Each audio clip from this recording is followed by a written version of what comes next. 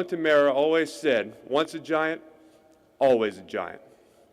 For me, it's only a giant.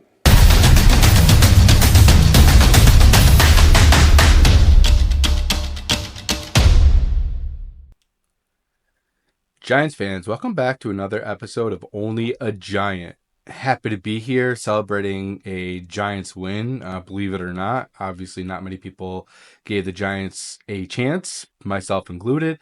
Didn't really think this is a game that we would probably be competitive in for a multitude of reasons, but obviously one of the big ones, no Malik Neighbors, no Devin Singletary, and people stepped up, and it was awesome to see. Daniel Jones probably played one of the best games of his, not only the season, but that's obvious, but probably one of the best games of his career.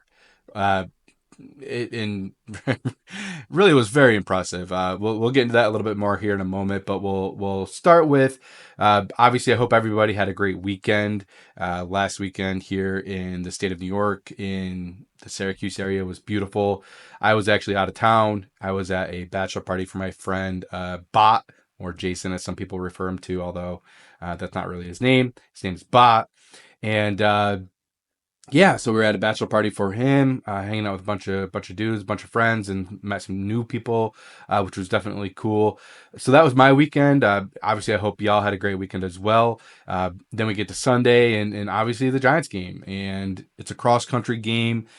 Giants are coming in 1-3. Seattle is coming in 3-1. Obviously, they're coming off a loss against the Detroit Lions, and what does this game look like? Obviously, you come into this game and the Giants are not favored. I think it's like a 6.5-point spread. No Malik Neighbors, no Devin Singletary, and no one gave the Giants a chance, myself included, like I said earlier.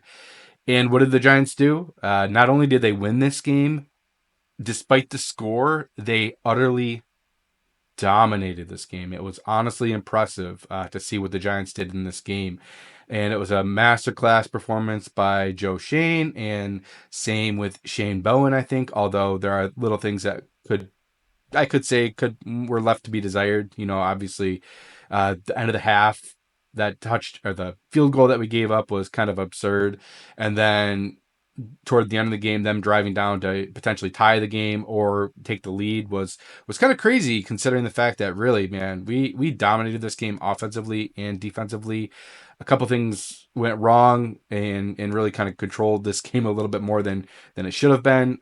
But in general, great freaking win by the New York Giants, man. Pumped to celebrate this win with you guys here and talk about it, because I think this win, kind of pivotal. Don't want to say it changes the outcome of the season, but shows that, whoa, maybe this team really is a good team. Maybe this team has some fight and some spark, and maybe Brian Daboll really is a good play caller and a good coach. And I just breathes a whole new feeling to this Giants team, if that makes any sense. So first thing I want to do is just go over the stats a little bit here, and then we'll kind of jump into a little bit more of kind of thoughts and stuff of that nature. So let's look at the team stats first. And the big thing that really jumps out at me right from the start, Giants had the ball for 37 minutes and 22 seconds compared to the Seattle Seahawks 22 minutes and 38 seconds. They really kind of dominated the time of possession. Was very impressive. Third down, Giants 7 for 16, so almost 50%. Seattle Seahawks 3 for 11. And I'll come back to that in a moment. But that is kind of one of the key takeaways and things I had mentioned yesterday. Those were the main things that that kind of popped up to me with this. Obviously, the Seattle Seahawks were penalized a little bit more as well. 6 penalties for 30 yards. And red zone efficiency, Giants 1 for 4. The Seattle Seahawks 1 for 1. Those were a couple things, like you said, that kind of stuck out to me. Turnovers, obviously, we got 1 turnover on the Seahawks, and they got 1 on us as well. Let's jump into the individual stats, and this is where I think things kind of make more at light here, I guess. If you say. Daniel Jones, 23 for 34, 257 yards, 2 touchdowns, no interceptions. Like I said earlier, probably one of his best games I've ever seen him play. maybe the Minnesota Vikings playoff game we could dispute. Tyrone Tracy, 18 carries for 129 yards, averaged over 7 yards per carry. Daniel Jones also rushed the ball for 38 yards. Eric Gray, 4 carries, 4 yards. Basically nothing really coming from him other than a big fumble. Receiving wise, Darius Slayton led the targets with 11 targets, 8 catches, 122 yards, and a touchdown. One big drop. But one thing people are forgetting, I believe he has a broken thumb right now, and he's playing through that broken thumb. Eric Gray, 3 catches, 50 yards. A lot of that was kind of the first drive, honestly, maybe with a couple screens and stuff of that nature. Theo Johnson, 5 catches, 48 yards, and Wan'Dale Robinson is typical, 6 yards, 36 yards, and a touchdown. As far as the Seattle Seahawks, I'll come back to Geno Smith in a moment, but Kenneth Walker, 5 carries, 19 yards. Zach Charbonnet, 2 carries, 11 yards. Reception-wise, Tyler Lockett, 4 for 75. Kenneth Walker, 7 for 57. DK, 4 for 55. Jackson Smith and Jegba, 4 for 31 and a touchdown. Other than that, you had a couple from Noah Fant, a couple from Zach Charbonnet, and a couple other guys kind of mixed in here and there. That's mainly the offensive stats, and we'll kind of go over the defense, I guess, for the Giants, and then I'll jump over to Geno Smith in a moment. Tyler Nubin, seven tackles. Pinnock, 4 tackles. Mike McFadden, 3, a little bit more quiet in this game. Same with Bobby Okereke. But the star of the game, obviously, was Dexter Lawrence with his 3 sacks.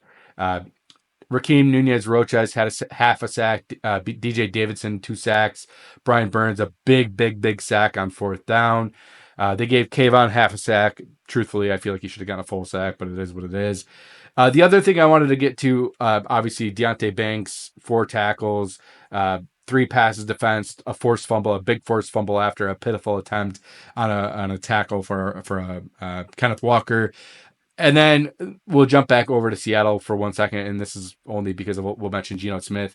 28 for 40, 284 yards with a touchdown, 4 carries for 72 yards. Obviously, a big chunk of that was that long run for 32 yards at the end of the game. I brought him up last, though, because guys, in the comments section on the last episode, people were kind of tearing into me a little bit about Geno Smith and my hatred for Geno Smith. And maybe even hatred isn't the exact right word. But guys, I understand things come up. I understand, life happens. It's fast. And I mentioned that in the previous post. I don't care that necessarily he didn't show up for the camp that he had promised the undrafted free agent guy that he was going to come to. I don't really care about that. I understand things come up, and that's fine. Okay. I don't care if it was his brother. I don't care if he went to a party. I don't care. What I don't like is the fact that he was stringing along the player, the undrafted free agent, Ike Iqbali, or whatever his name was, and stringing him along, saying, "Oh, I'll pay you," and then finally says, "Well, what if I'm not going to pay you? What if I don't pay you?" And then gets punched in the face. That's a character issue to me. That's being a quite frankly, kind of being a dick to a player that is on an undrafted free agent salary, who doesn't make a lot of money, who forked up money for you to take a plane ride to his camp. You were doing him a favor. I completely understand that, but you didn't come. At least pay the man his for the plane ticket, and that's what Geno agreed to do. And that's the issue I have with the whole Geno Smith thing. I don't care that he didn't show up. I understand things come up. That's life. All right, guys. I have no issue with that at all.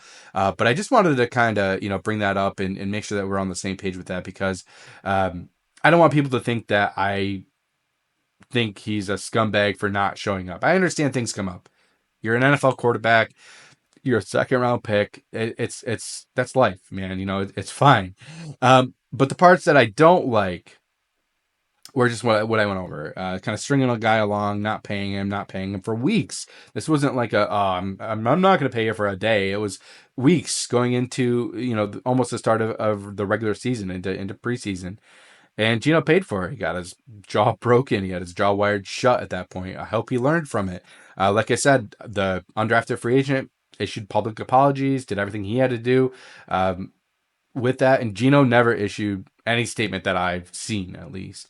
Obviously couldn't speak at the time, but something could have been said with that. And he certainly held blame in that. And it was never really brought up. So that's my thought on it. Agree, disagree, I don't care. I'm certainly willing to debate this, and if people want to throw in other comments, I'm happy to talk about it. And if you change my mind, you change my mind. I'm open to that. Um, let's get back into the game here. Obviously, we just went over stats, so we're good there. I'll go over the offense and defense here in a moment. But the one thing I really wanted to bring up that I thought was kind of key, and this is what I mentioned in the last episode, my three keys to this game: win the turnover battle. Yes, we didn't necessarily win it, but we should have. That fumble in the red zone, as much as I'm in the red zone, in the goal line, as much as I'm annoyed with Eric Gray on that, man, it looked like he crossed the plane. They gave us some horrible angles, but no doubt in my mind, it looked like he crossed the plane. That should have been a touchdown, and that really kind of changed the outcome of this game. That was a 14-point swing. If that wasn't the case, it would have been 35 or 36 to 13 or something of that nature, and this would have been a kind of a blowout win, like it should have been. Quite honestly, this game was dominated by the Giants, and that was a huge swing. um, I think it really should have been something that there had to have been a better angle, guys. There had to have been a better angle. If there wasn't, then that's a mistake on the NFL, quite honestly, for not having a better angle on that. Give us a bird's eye view, something. There had to have been a better angle on that to show that he did break the plane. End of the day, I'm not going to bitch about that, even had we lost, because it's a fumble. It is what it is. That's something I've been kind of harping on from the start with Devin Singletary, with Eric Gray. The fumbles cannot happen. These are killers. These lose you the game, and it's cost us, obviously, with other games. So what did we see out of this game? We saw Tyrone Tracy kind of step up and be a lead back, 18 carries, whatever he had, and no fumbles is a big thing that I kind of point out. It looked like he got really comfortable in this game. We'll get into that a little bit more, but obviously one of the keys, win the turnover battle. Didn't happen. Be the smarter, less penalized team. Seahawks were ranked 26th in the NFL with a league average of 8 penalties in this game. That's a lot. They finished with 6 penalties, and they had some key penalties in this game. And for the Giants, they had 2 penalties, I think, for 20 yards. One of the penalties was Darius Slayton doing this. Idiotic that was a penalty. I understand that the NFL is trying to make a stay on that and not let players do violent gestures. That's not what that was. They need to revisit that. That was a mistake by the NFL. Other than that, I think the Giants only had one other penalty. So they certainly were the smarter, less penalized team in this game. And then my other key to the game was another wide receiver needs to step up in Malik Neighbors' shoes. Who was that going to be? Was it going to be Jalen Hyatt? Was it going to be Wan'Dale Robinson? Although Wan'Dale kind of only has his specific role kind of already. Was Bryce Ford Wheaton going to step up? And that's something I had mentioned as well. And kind of it was a combo of everyone, I think. But obviously the main person was Darius Slayton. I think Wan'Dale kind of stepped up a little bit in his own regard as well. But Bryce Ford Wheaton made a huge play in special teams. Now, that's not the point of this. The point was somebody needs to step up as a receiver. And that was Darius Slayton. I think this offense kind of shows that it's like a 2 to 3 wide receiver offense, and there's not a lot of other things going on. Obviously, there's a screen game. I think that's a separate element to this game, but the passing offense really is like, in general, it's going to be Malik Neighbors, Darius Slayton, and Wan'Dale Robinson, and there's not really a room for a 4th receiver to get a lot of carries, a lot of catches, anything like that.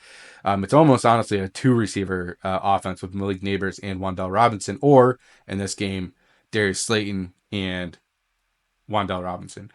But those are the keys to this game, and I think the Giants really did a great job kind of stepping up in this game without having your lead target getter in Malik Neighbors. As far as the offense is concerned, obviously the offense played great. The duo scheme worked really well. The gap scheme as well for the running game kept the Seahawks off balance. The screen game to start the game, I think, really kind of started that. Daniel Jones had some good runs mixed in, made some great decisions. Actually looked like he was audibling out of some plays as well, making some reads at the line of scrimmage. Really seemed like he had command of this offense. His timing was much better on his throws. Seemed like he actually throwed with a little anticipation, which we haven't seen a lot of. And he's getting the throws out into the hashes, which has always kind of been an issue with him. He drove some throws, the touchdown to Wan'Dale Robinson, where he really got the ball out to the outside shoulder. And then the touchdown to Darius Slayton, where he really drove the ball across the field, hit him right in the numbers, let him run in stride. That was a beautiful, beautiful throw. some things that we have not seen out of Daniel Jones, quite honestly, this year or in previous years. So a lot to be encouraged there. I'm not changing my opinion on the fact that I don't know if Daniel Jones is the long-term answer on this team. I don't think he is. But if he continues to play like this, make throws like this, finally connect on some deep balls in this offense, things are going to change, guys. If we win 8, 9, 10 games, 10 probably not realistic at this point, but if we can win 8 or 9 games, we're not going to be in a position to draft a quarterback unless some slip, and that's certainly possible. But if Daniel Jones finishes this year with 25, 30 touchdowns and 8 interceptions are going to happen. I think it really makes a case for himself that he should be here long term. He's got to stay healthy. That's a big thing. Offensively, my player of the game is Daniel Jones. I think you could make an argument for Tyrone Tracy on this as well, or even maybe Darius Slayton or the offensive line, quite honestly. Everyone kind of stepped up, and it was a really unique mix of the full team stepping up, and that's what we need. One of the things I also wanted to bring up with Daniel Jones being the player of the game for this game, I felt like he actually was starting to, what's the right word? Trust his offensive line. Able to stand in the pocket and kind of let things develop a little bit more and not getting skittish and feeling pressure. And the times that he did get some pressure, because there were times that he did get pressure, he was able to kind of make the right step a little bit left, step a little bit right, step up a little bit. And it just seemed like he was really in full command of the pocket against a pretty good defense, mind you, with the Seattle Seahawks. So I was really impressed with that. But obviously the offensive line did a great job pass blocking and run blocking. I hope we continue to use duos. We used that a lot in this game. Obviously, I haven't, it's too early. I haven't really seen grades and stuff of that nature yet. But great job by this offense, and I really hope that they can. You love to see the long drives and controlling the time of possession, but we need to mix in some longer plays here, get some quicker scoring going to really kind of put this game out of reach, because this game should have been out of reach. That fumble really obviously killed you, and that was a 14-point swing, but there are other things that we could do in this to kind of make this a better game, if you will. And that's something that I think that needs to happen here. So we'll jump over to the defense next. And obviously we already talked about the big part of the defense. Dexter Lawrence, the defensive line, even. Dexter Lawrence had 3 sacks. Brian Burns had a sack. Kayvon Thibodeau was flying all over the field as well. He got injured a little bit in this game, but he seemed to come right back in. Really seemed like the defensive line was kind of coming into its own in this game, and that's not a bad offensive line that they were going against.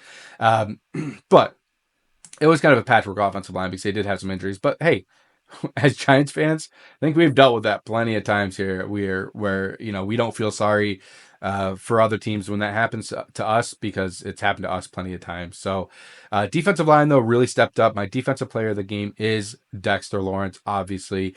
But there's definitely a shout out to Deonte Banks. And I think the secondary in general played pretty well in this game, including the safeties. But Deonte Banks obviously stepped up in this game. He was called out by Jerome Henderson, our DB's coach, and he really did a great job of kind of limiting what was going on with DK Metcalf. And obviously there were some doubles, there was some soft zone reads, whatever. But he did a great job when he was matched up with him.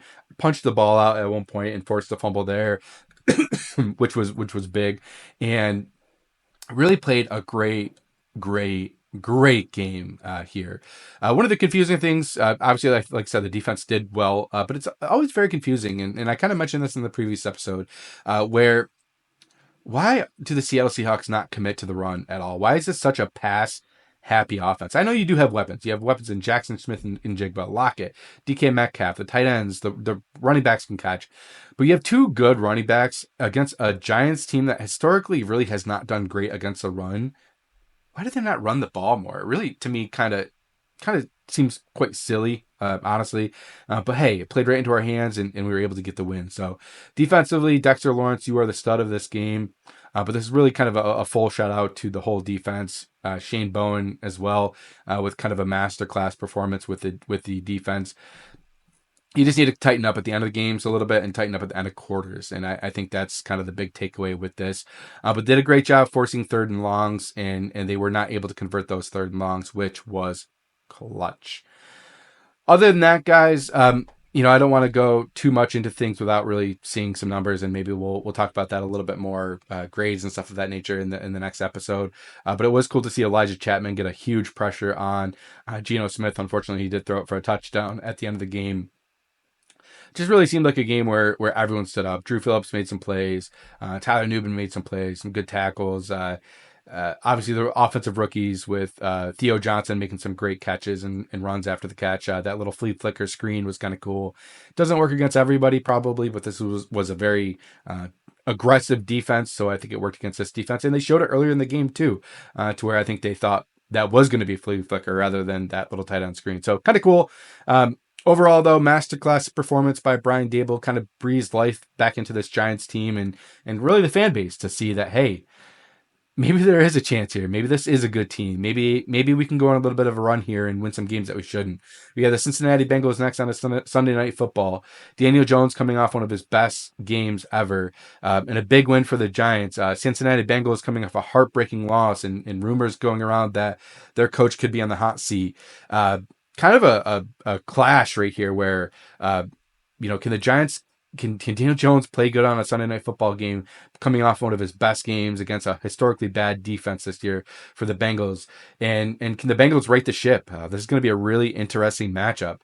Guys, that's all I got for you today. Obviously, we'll preview the Cincinnati Bengals, New York Giants game on Sunday night. That'll probably be out maybe Thursday, maybe Friday. We'll see. I may try to get a guest on there as well. We'll see for sure if I can get that to work here. Other than that, guys, let's go Big Blue. Let's enjoy this win. 2-3 never felt so good. It would be nice if it was 4-1 or 3-2, but hey, this is what we got. Guys, I love you. Peace out. Let's go Big Blue. Ay, give me the chip, I need the championship. Wait, we got a dream, next to the team, yeah, we can handle it. Wait, soon as I go and I step in arenas, they call me the champ. They know what it is, know what I do.